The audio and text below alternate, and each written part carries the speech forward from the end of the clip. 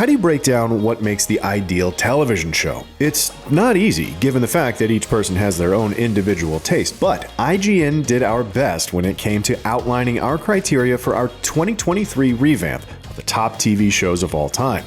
The show must have finished its run or been on air for at least 10 years and had a significant impact on television as a whole, because how many shows make it to 10 seasons these days? While this does exclude some of our currently running faves like The Last of Us, The Boys, Squid Game, and so much more, those shows haven't completed their stories yet. Don't worry though, we'll likely see them eligible by the next time we refresh this list. Voters were asked to consider the following: how influential was it? How well has it aged? Did the show have ongoing cultural significance? And obviously, consider best versus favorite. Also, obviously, the voters all must have spent a considerable hunk of their lives watching what some would describe as too much TV.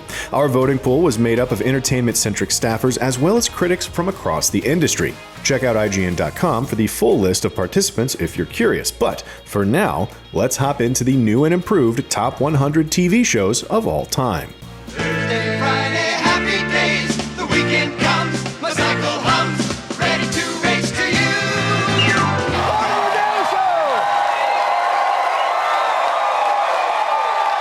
I'm Jon Stewart. We got a very, very good show tonight. Jon Stewart was a comedian and MTV host for years before striking gold with The Daily Show after prior host Craig Kilborn moved on. It's safe to say that this is the work for which Stewart is best known today, considering that his political involvement has only continued with his 2015 departure. Though preceding host Trevor Noah has now had his own iconic run, Stewart was in the chair through many of the current century's most infamous historical events, finding a way to make the audience laugh at the US's convoluted political system while wrestling with regularly shocking news items, and sometimes just wrestling. It's Jon Stewart. John Cena. Let him down, John. The Daily Show became a major source for topical discussions. Creating political humor that holds up years down the line is no small feat, but Stewart's run on The Daily Show makes it look effortless.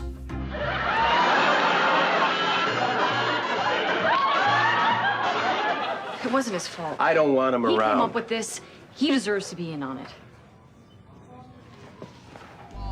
How'd you smash your phone? I don't know. How did last night end? And it is your treat, and I do mean that in every sense of the word. If I had sense, I would be doing this.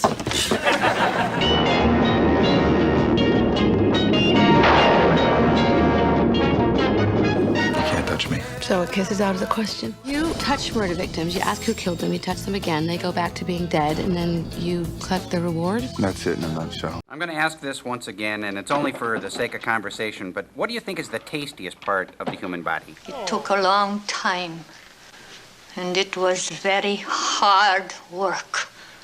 Anyway. You better be a cop. No, forensics. That was my favorite blood spatter analyst.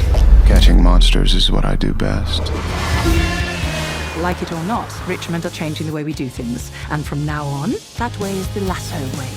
Ted Lasso was a series that came into our lives exactly when we needed it. Premiering in August of 2020, before the world had vaccines for the global pandemic we had found ourselves trapped in, the show served as a balm for viewers seeking one single ounce of serotonin.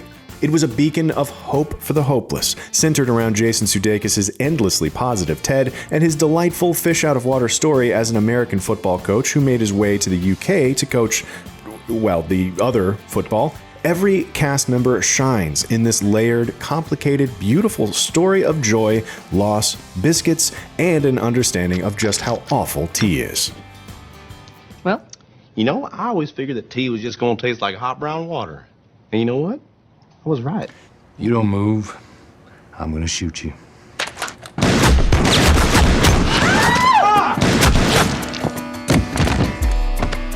Jesus, I hope I got that right. Junior high school, coach used to call me Damaging Dan Connor. God, don't make me listen to that boring story again. Stop, please. All right, but stop shadowing me. I don't need a nursemaid. All right, if you give me your word, that's good enough for me. You watch him.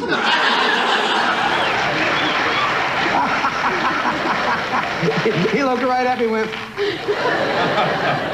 There, you just said it again, and, you know, I asked you not to say it. I can't say it off stage either. It doesn't even exist. Use hey now in a sentence, Hank. So, Ricky, Angel's in love with Jordan Catalano. We have to help her. This doesn't seem like a Friday. It's Thursday. Oh.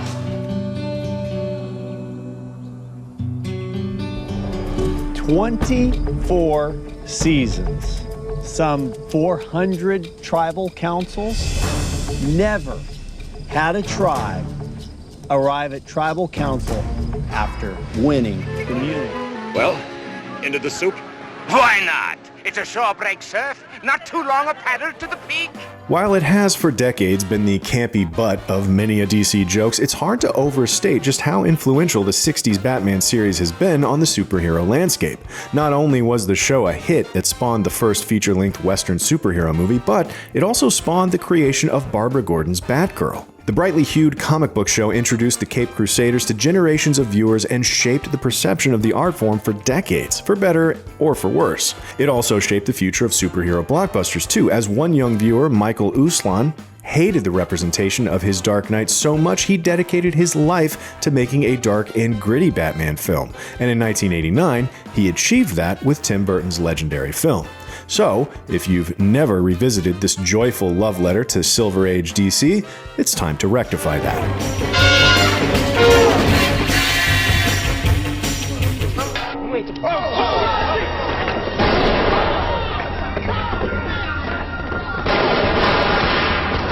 Dad, I want you to drop everything you're doing and shave my legs. I'll take care of the first part. Jane. I was trying to help. Tina, can't you just shave them yourself? I tried. Oh, God. Oh, my. Oh, dear. Jack Bauer. Don't just sit there. He's coming for me. Please. You only get one life. Which is why we have to make each day matter. Fellow members of the City Council, in less than 2 hours, liquor will be declared illegal by decree of the distinguished gentlemen of our nation's Congress. We got a fun show lined up as usual, so sit back, relax. Before I get started, say hello to my DJ, SW1.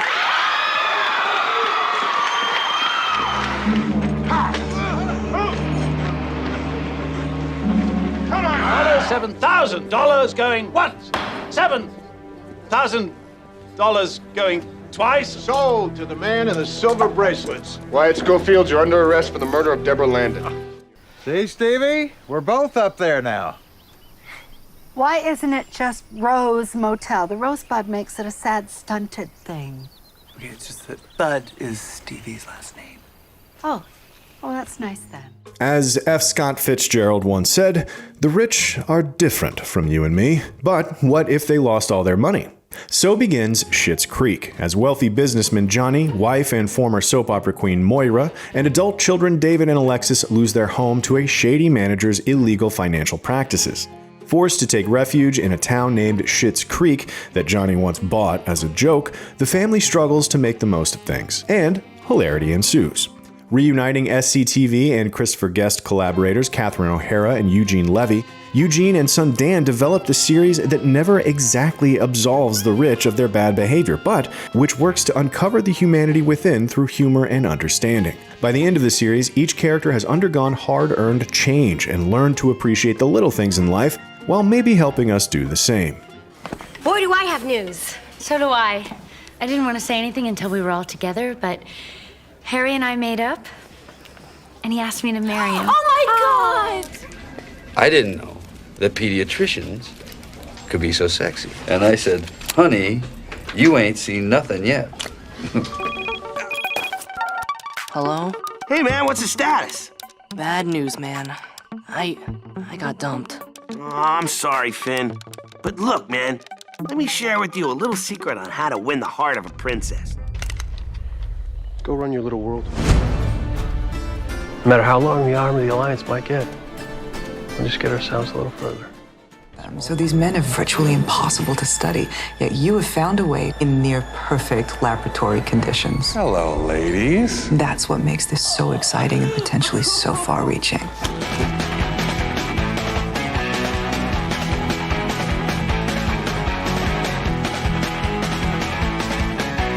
You see that empty house next to Rizzo's there? Yeah? You see the open window there? Was that window open yesterday?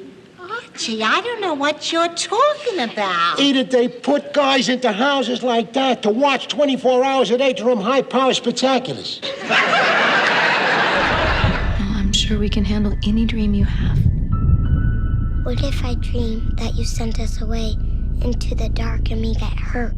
Really hurt. Home of what may have been the best jump scare in history, The Haunting of Hill House showcases creator Mike Flanagan's impeccable understanding that to create the deepest of horrors, you have to make the audience care about your characters. The series is a perfect marriage of heart-wrenching and beautiful as we follow the Crane family along two timelines while they navigate the horrors of a house that was simply meant to be a pit stop on the way to their dream home. And don't forget to count the ghosts when you dive into the series. Welcome to Atlanta.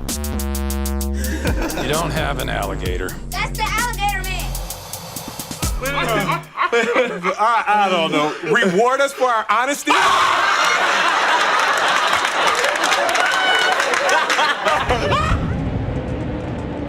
And every atom of uranium is like a bullet. Dude, what the hell was that? Dude, you know when you're laughing so hard that the milk comes out your nose? I was done wrong. I was an untidy maid, but you done showed me the light. You cut out, Lord. Stop it! Stop it! Say please.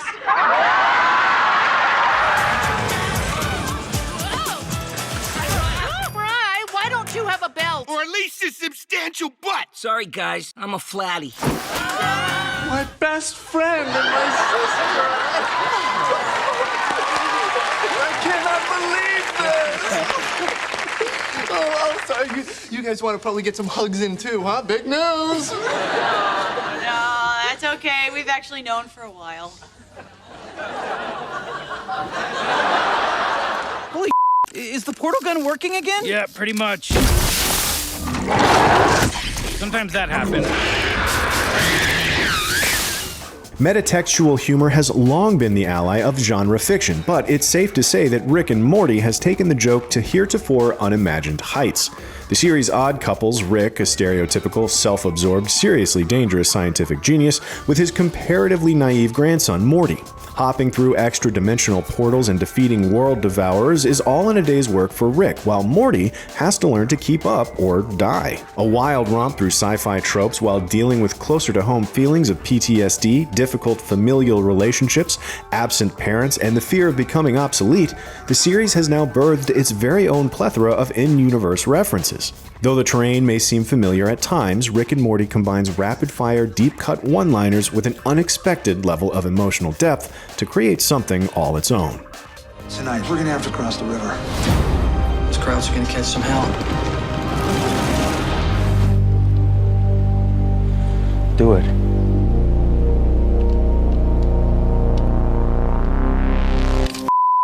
Did he just say fun cooker? Oh, that's where I've heard that. Sleep, Jenna! We knock down the doors other cops don't want to. Taking fire from every scumbag in town. I've got the book that you gave to Miss Lysanka with your signature in it. You expect to get a true bill of indictment on that trivia? Son of a bitch! You done messed up, Aaron! Now take your ass on down to Oshag Hennessy's office right now and tell him exactly what you did. Can someone grab my tiny boyfriend, please? I'm on it. Here you go. Hello, good evening, and welcome to another edition of Blood Devastation, Death, War, and Horror. And later on, we'll be talking to a man who does gardening. Hang on a minute. Who put you in charge? And who the hell are you anyway?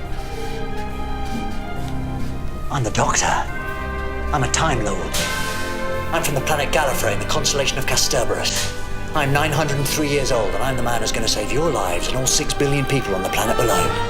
The original run of Doctor Who premiered in 1963 and lasted 26 seasons before going on a very long hiatus. Jump to 2005 and the series, just like its main character, the Doctor, regenerated back onto TV screens with a fresh coat of paint on the TARDIS. And much like how the Doctor is a big ol' softy at their two hearts, Doctor Who is still about a humanoid alien who travels with friends in a blue 60s-era British police phone box throughout time and space. learning important lessons about humanity while meeting historical figures or fighting off hokey robots. As a show that originated as children's programming, keeping that youthful spirit at the forefront has been a strength of the series. New Who approaches more mature ideas, tells emotionally complex stories, and weaves some truly timey-wimey plot twists that are accessible to audiences of any age.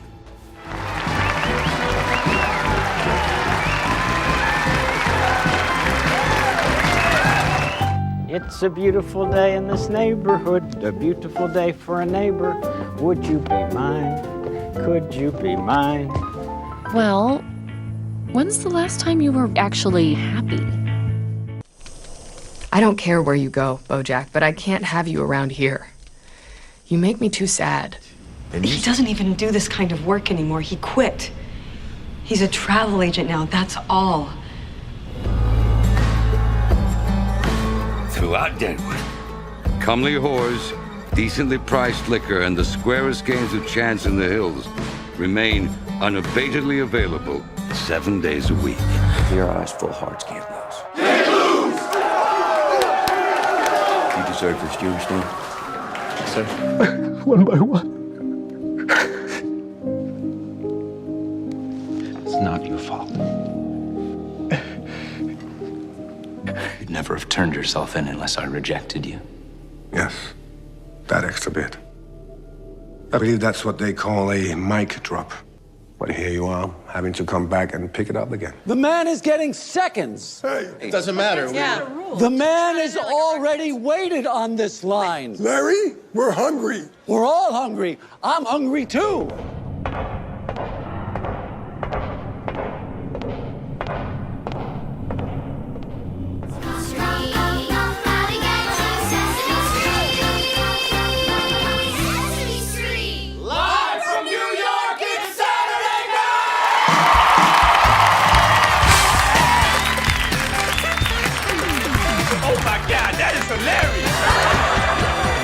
And according to your testimony, you feel confident that you can identify this person. That's what you're saying. I wish I had my own body back.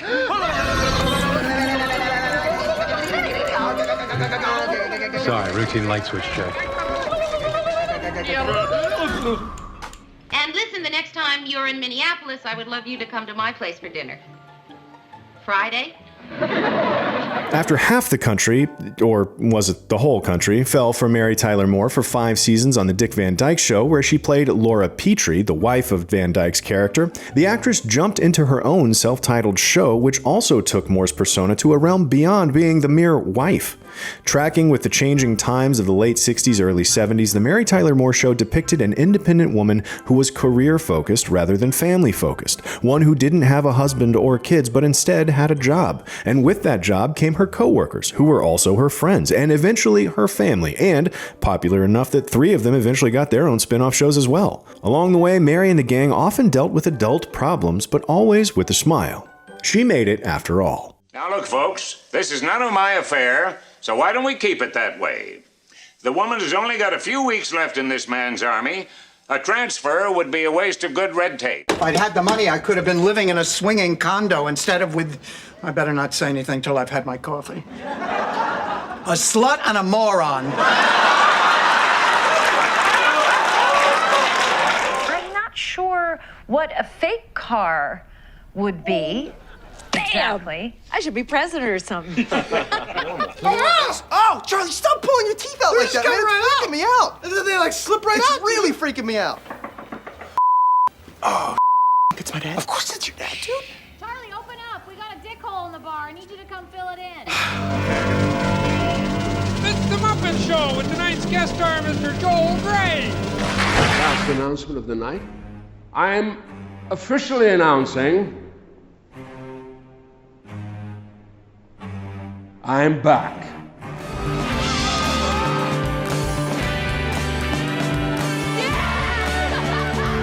Sensitive information only for employees, not outsiders. Dwight, cut it out. I'm trying to work. You don't work here. You're not Jim. Jim, I got us that dinner reservation. Greek goes 7:30. Oh, great. Can't wait. Just haven't met anybody who's not completely self-absorbed and impossible to have a conversation with. If that's a veiled criticism about me, I won't hear it and I won't respond to it. Next up on the list are two back-to-back bangers that set the storytelling bar for animation not just in their respective decades but for years after. Avatar: The Last Airbender and Batman the Animated Series remain the benchmark, and while the votes would have them come in right next to each other, we felt both deserved the honor of a full breakdown. What are you doing?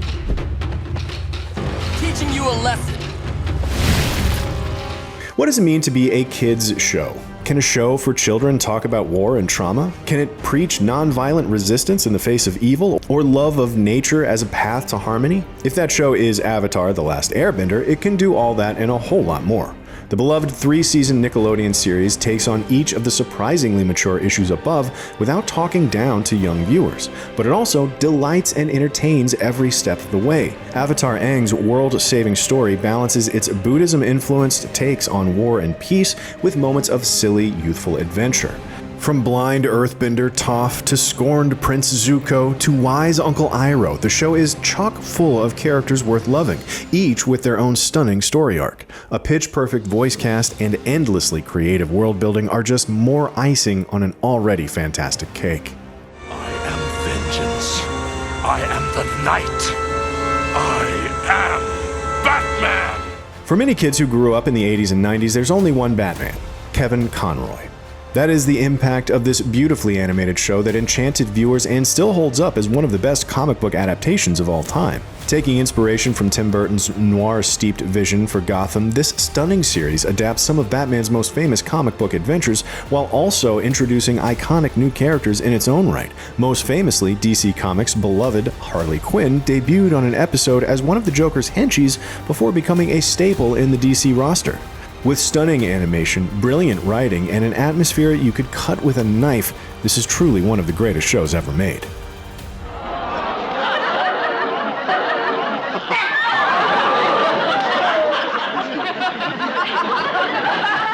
Can you give us the coordinates to beam down a landing party near those interrogation rooms? Yes. But you're not going to get them unless you take me with you. Hi, Sam Malone. Hi, Suzanne Porter. How do you do? Sam, you done picking up on this lady?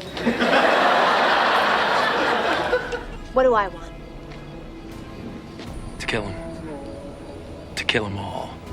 Sorry, that's incorrect, but you do get this lovely watch and a year's supply of turtle wax. What I want is to be left alone. What if the gorgeous girl victim in a horror movie was actually the one doing the slaying? That simple question served as the foundation for one of the greatest heroes' journeys of all time, that of teen vampire hunter Buffy Summers. A found family comedy, teen drama, and feminist fantasy story all rolled into one, Buffy the Vampire Slayer built a singular TV world that's endlessly fun to revisit.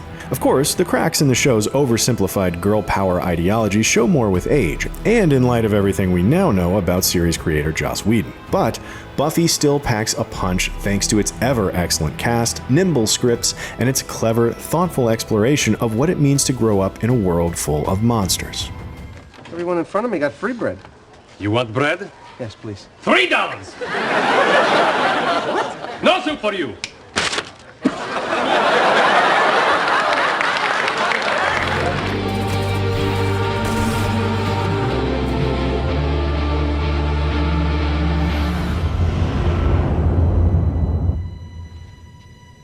Bridge, this is the captain. All stop. Answering all stops, sir. I'm happy you found a way to deflect from your pitiful, self-sabotaging, ego-driven, masturbatory, I cannot believe how well this is coming out, pawing, insidious, overwhelming mediocrity, only to finally figure out that at your very core, you are a weakie.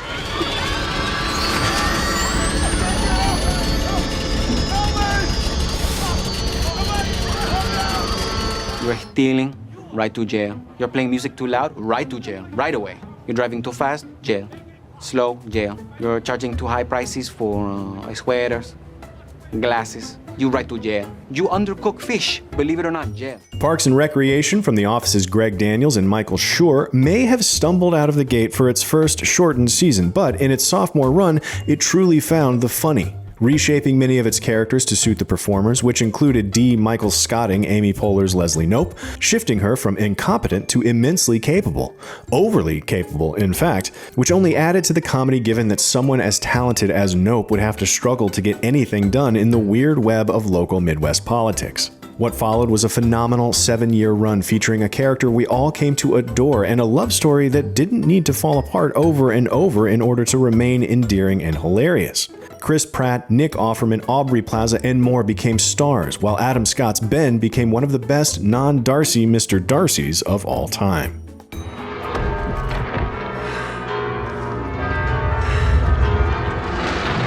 Billed as Lord of the Rings for those who like their epic fantasy fare with heaping doses of sex and violence, George R.R. Martin's beloved and still unfinished book series was adapted into an HBO series that became a pop culture phenomenon during its 8-season run.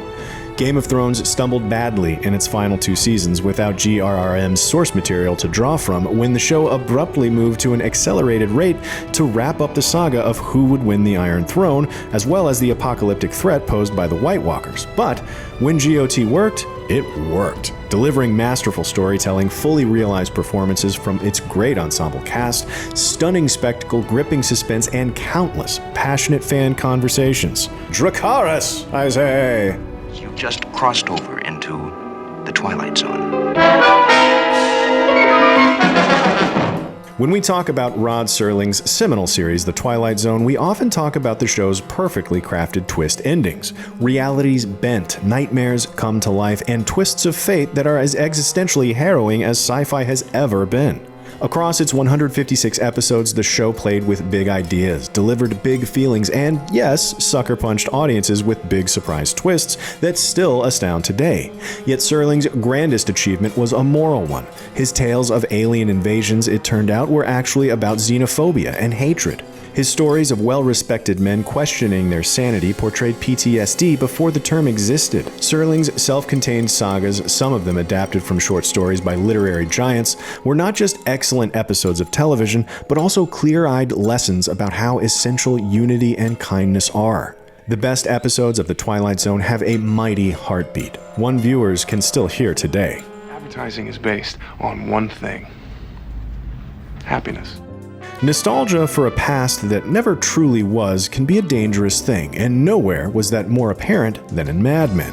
Taking the fictional Don Draper, creative director of the Sterling Cooper ad agency, as its case study, any rose-tinted longing for the 1960s was immediately shattered as the office politics and biases of the time were explored. Draper's ad-making brilliance and greeting card family don't make him happy, and so much of the series was dedicated to watching his slow-motion fall from grace. Meanwhile, former protege Peggy Olson rises the ranks with new opportunities for women in the office. With the stunning, historically accurate set design and period-accurate clothing and characters, the series is a tour through the workspace during a decade of change. Where it ends is a far distance from where it began, but the journey is worth it. Whoa! Sit down. Don't do it! For 6 wild seasons, much of the TV-watching US was along for the ride as mob boss Tony Soprano did the unthinkable and sought help for his mental health struggles. The assistance came in the form of therapist Jennifer Melfi, who spent much of the series engaging with the moral complexity of knowing of Soprano's crimes while attempting to effectively treat him. As we soon learned, these were not to be run-of-the-mill sessions. Soprano's life story was a nod to gangster tales of old, but the series shone its brightest when showing the complex social balance between family and criminal behavior Tony was compelled to uphold. Unpacking toxic masculinity through a classic unreliable narrator, The Sopranos regularly delved into serious existentialism while delivering laughter, tears, and chills, and helped launch a second golden age of television, but who's counting?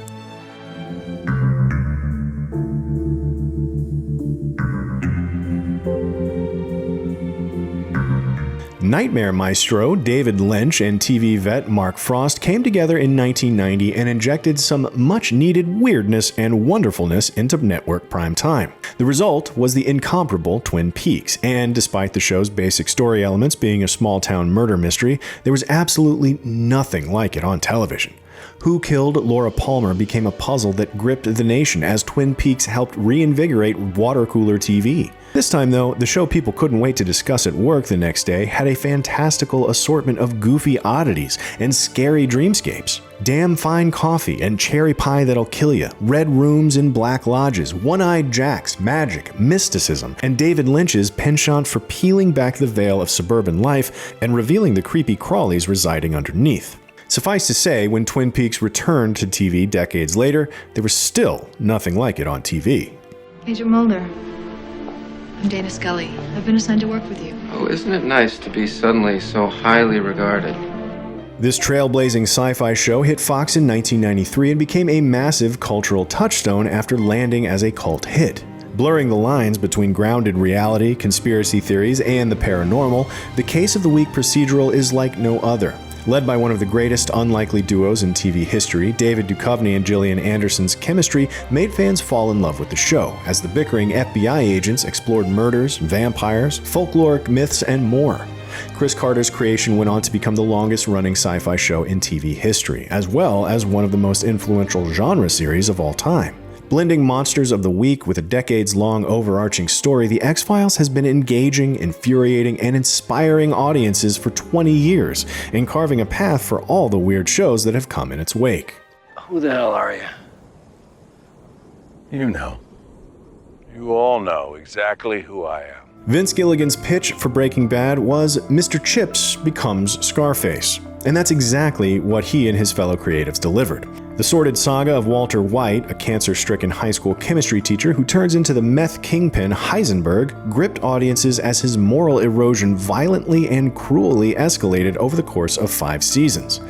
Walter corrupted or betrayed everyone close to him, from his wife Skylar to his former student Jesse Pinkman, who became his accomplice and eventual adversary. The writing and characterizations were rich and complex, and the stunning cast, particularly Bryan Cranston and Aaron Paul as Walter and Jesse, gave career-defining performances. Heartbreaking, suspenseful, and shocking, Breaking Bad later spawned the sequel film El Camino and the prequel series Better Call Saul.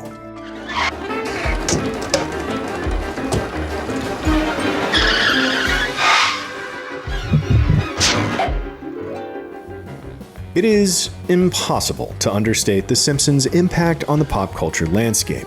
Running continuously since 1989, the series is now one of the longest-lived shows in TV history, and certainly among the most influential. Its classic episodes are quoted endlessly. One need only shout "dental plan" in a crowded room to be bombarded with calls of "Lisa needs braces."